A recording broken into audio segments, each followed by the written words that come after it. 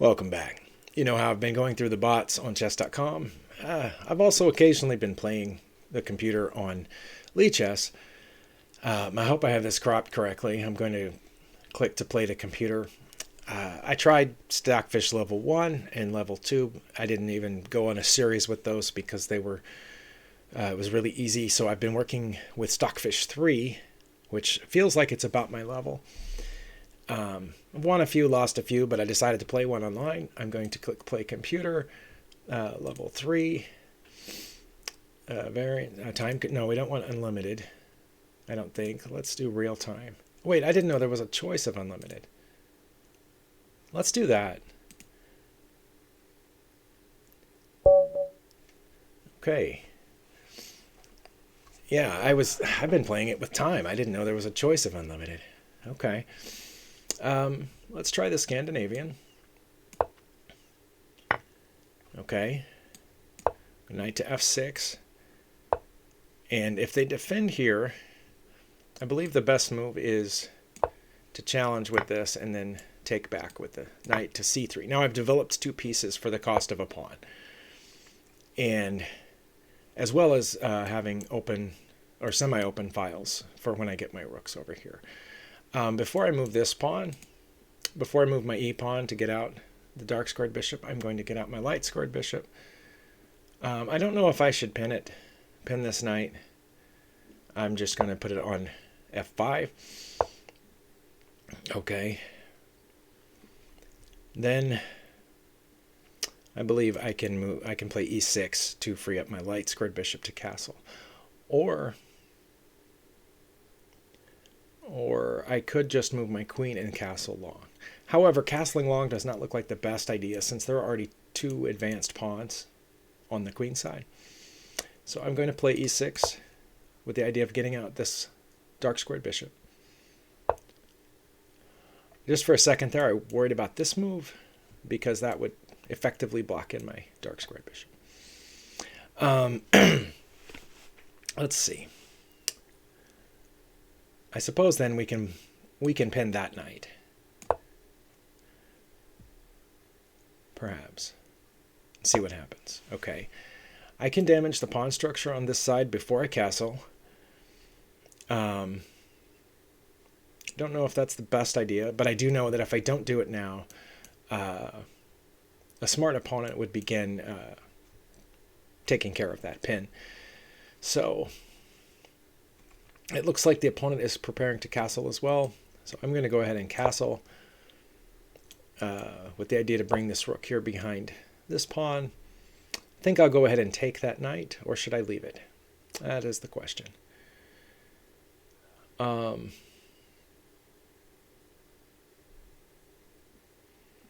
Never know for sure. I'm going to take it. Right now, my disadvantage is that I am down a pawn. My advantage is I'm slightly more developed. I have my rooks basically connected. I have all three minor pieces out. My opponent now has doubled pawns. Let's see. I wonder if I should bring this rook here with the idea of a central pawn push.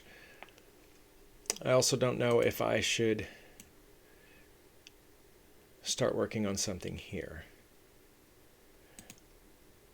Also here is an idea. That would line up with the bishop for when I move that pawn. But let's do the rook first.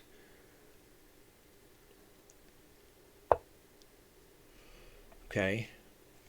I don't think that does anything other than threaten this unguarded pawn. I suppose that that also protects this pawn, which was previously unprotected. I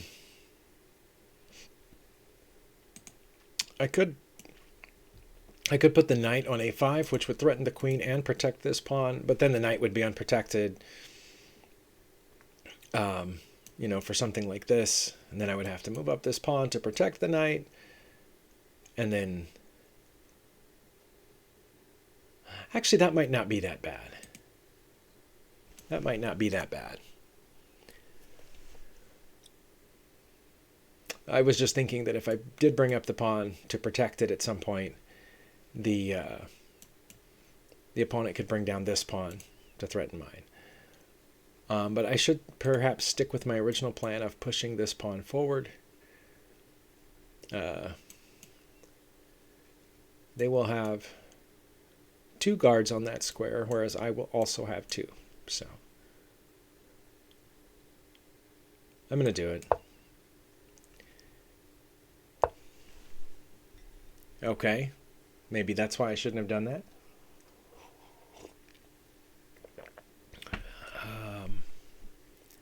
That almost, oh wow, I did all that and I left that pawn unprotected. You know what, I think the computer was trying to force me to protect that pawn. That's really interesting. Instead of taking here, the computer threatened my knight, almost forcing me to make up for my mistake. That's very odd. Okay. The queen has moved back, still protecting this pawn. Let's see. Bishop's protecting that pawn. I can now push, but then the knight will go somewhere. Where will the knight go when I push? The knight could go here, threatening my bishop. The knight could go here, which doesn't really threaten anything, but it's, yeah, that would not be as good. Or it could go here, threatening my bishop. So I think if I push this pawn, the knight will probably go here or here. In either case,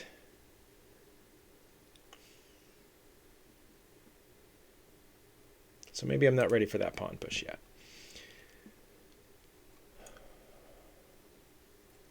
Let's see what. Don't know if I should go ahead and lock in this knight yet.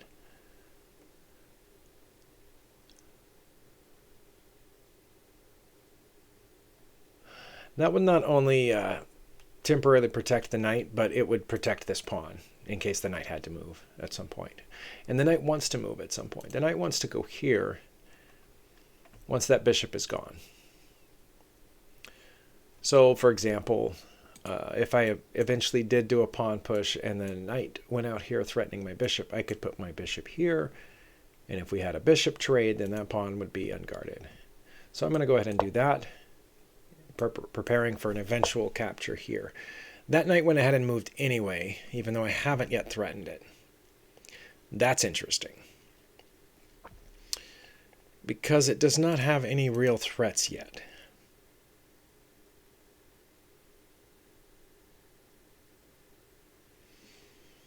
This pawn on h7 is guarded twice. Whoops, is guarded twice.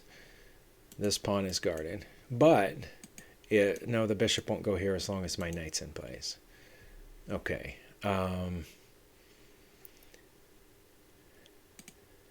don't know what pushing the pawn will help at this point. I am thinking about doing trying to force a bishop trade right here.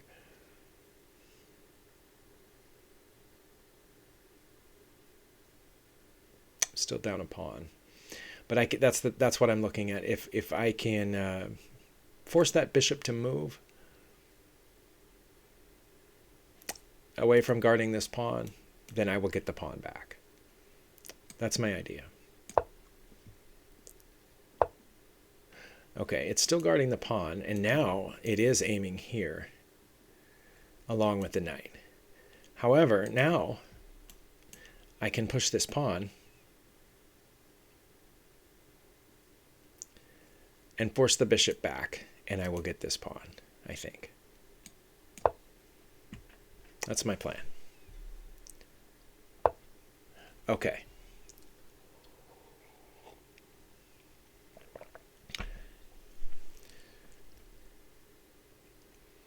Now, if I attack this, if I take this pawn, I will be threatening the queen, so the queen will need to find some place to go. Where will the queen go?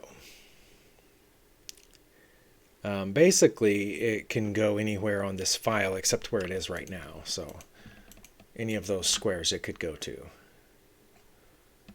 Not here. So yeah, it has 4 possible ways, none of which are really dangerous to me right now. From here, it would be threatening this diagonal, and from here, well, either one of those squares, any of those squares would be threatening the knight that I've just placed there, which I could protect by pushing up the b pawn, or by simply moving back where it came from. But you know what? I'm going to cross that bridge when I come to it. I'm going to take the pawn and see where the queen goes. Okay, it went here, which putting pressure on this diagonal. Oh, and protecting this pawn.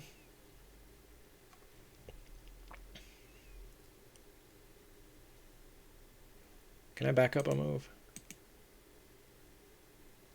Okay, once I take this pawn now becomes unguarded.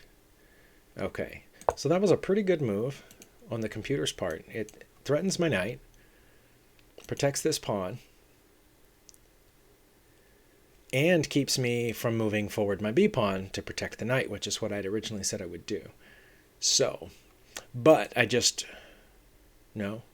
For a second, I thought I could go here and fork the queen and bishop, but the dark squared bishop is covering that square. So it looks like I'm going to have to bring my knight back where it was to a5. That's one option, to protect it. Another option would be to bring it to d6, where it's protected by the queen and threatens the queen again. So what about that? Let's try that. It also blocks this pawn. All right. Not sure exactly why the queen would come in here. This rook is protected even if I move my queen. What is it after? I don't know. Is it trying to get trapped? I can't take the d-pawn right now because that I'm not protecting it. I could bring my rook over. Right? Because all this is guarded. That's guarded. That's guarded. If I bring my rook over, that forces the queen to go away.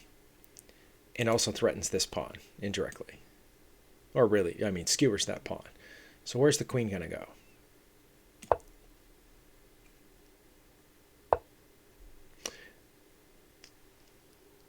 All right.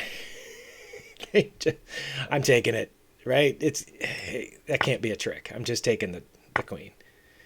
Okay. Took a pawn, threatening my queen. However, it didn't take back on my rook. That's weird. That's weird. No, maybe now it'll take my rook.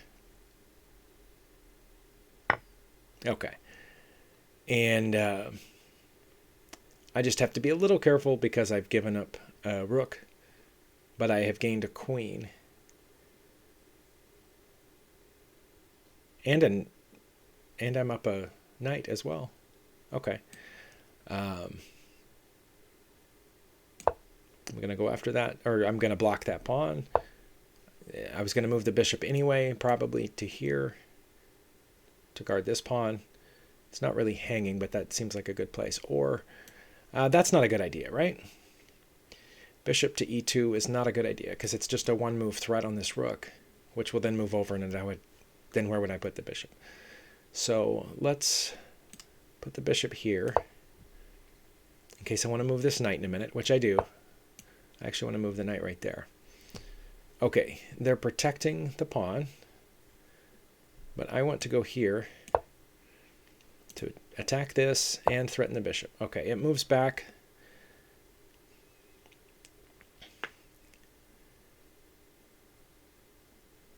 To protect the pawn. I want to do another pawn push here, protected by the knight and the rook. However, when that takes, that's going to leave my bishop loose. So let me put this bishop in a slightly better spot, and then I will do that. Maybe.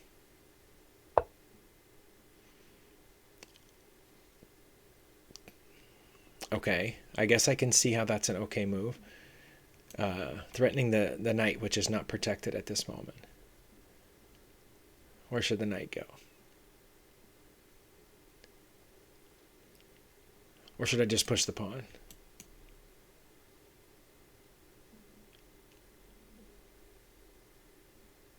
Actually, you know what? The knight wants to be right here, doesn't it? Yeah, the knight wants to be right there. I think the knight wants to come back. Maybe. No? I don't know.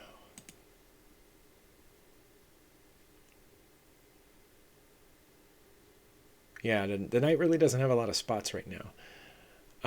I can harass this bishop, but this knight is still loose. Am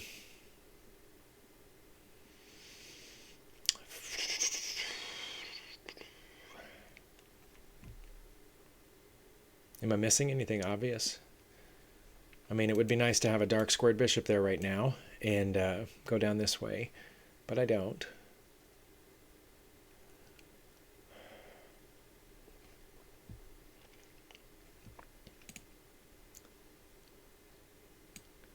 Wonder if I can just put my queen right here.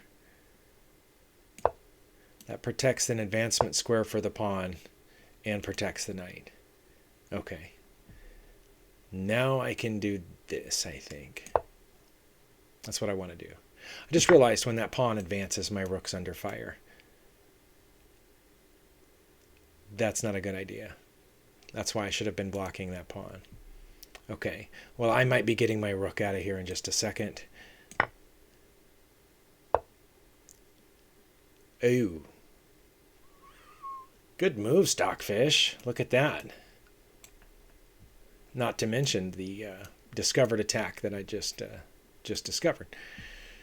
Well, that was a mistake on my part, was it not?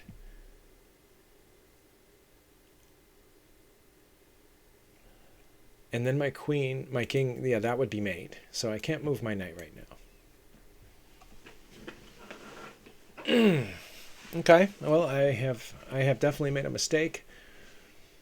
I don't know if it rises to the level of blunder just yet.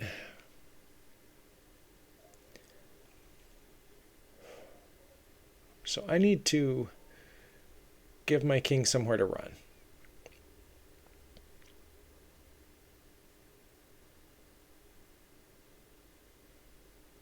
I think.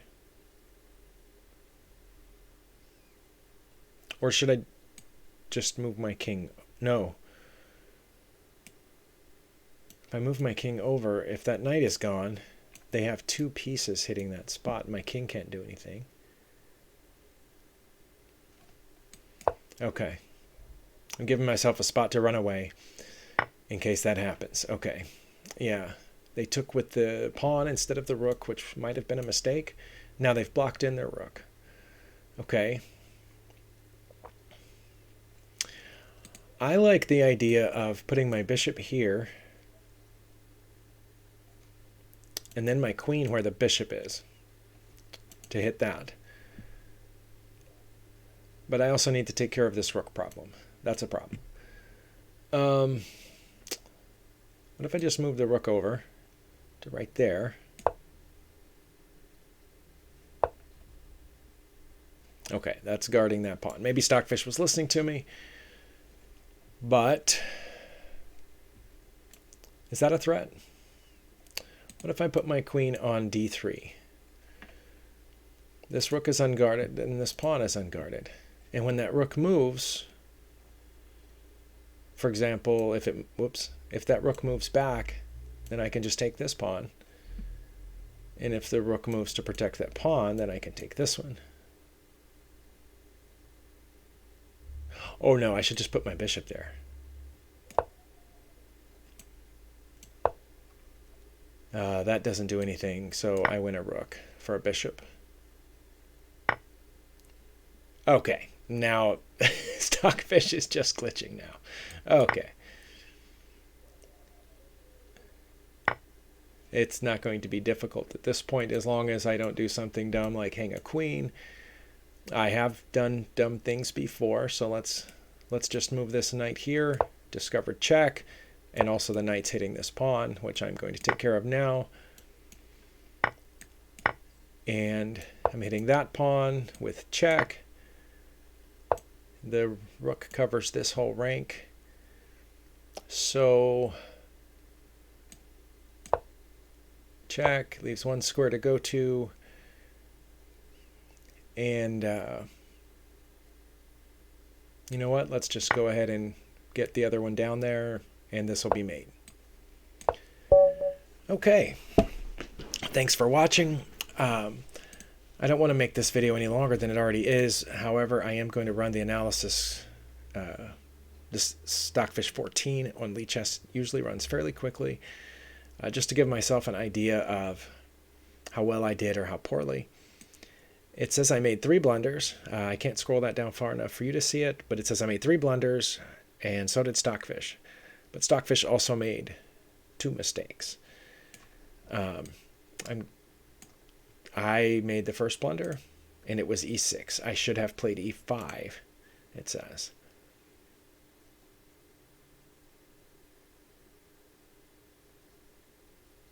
Okay. Oh, because if the pawn captured there, then we would do a immediate queen trade, which would force their king to move. Okay. And then, but when I moved to e6 instead of e5, Stockfish immediately blundered there, and it wants me to put a knight right there. Oh, because my bishop is guarding c2. So putting a knight right there is threatening a fork. Okay, but instead I put my bishop there, and that was a second blunder.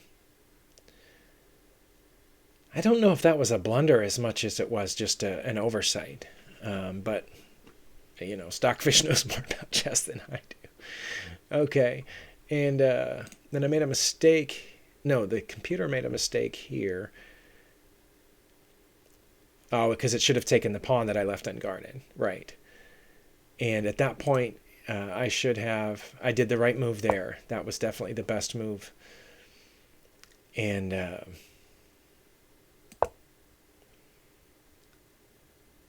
b6 was one of the suggested moves here.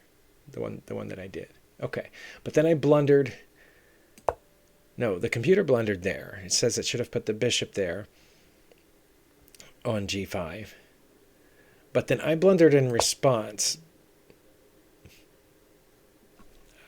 I was just looking at that pawn, and I thought if we got the bishops off the board, I would win that pawn. But Stockfish blundered in response, perhaps being kind to me, which allowed me the e4 push, which forced the bishop back, which let me take the pawn. Okay, and that was the best move as well. Okay. Those were my 3 blunders. I don't feel like those were significant, but I'll look in the position more later. Again, thank you for watching.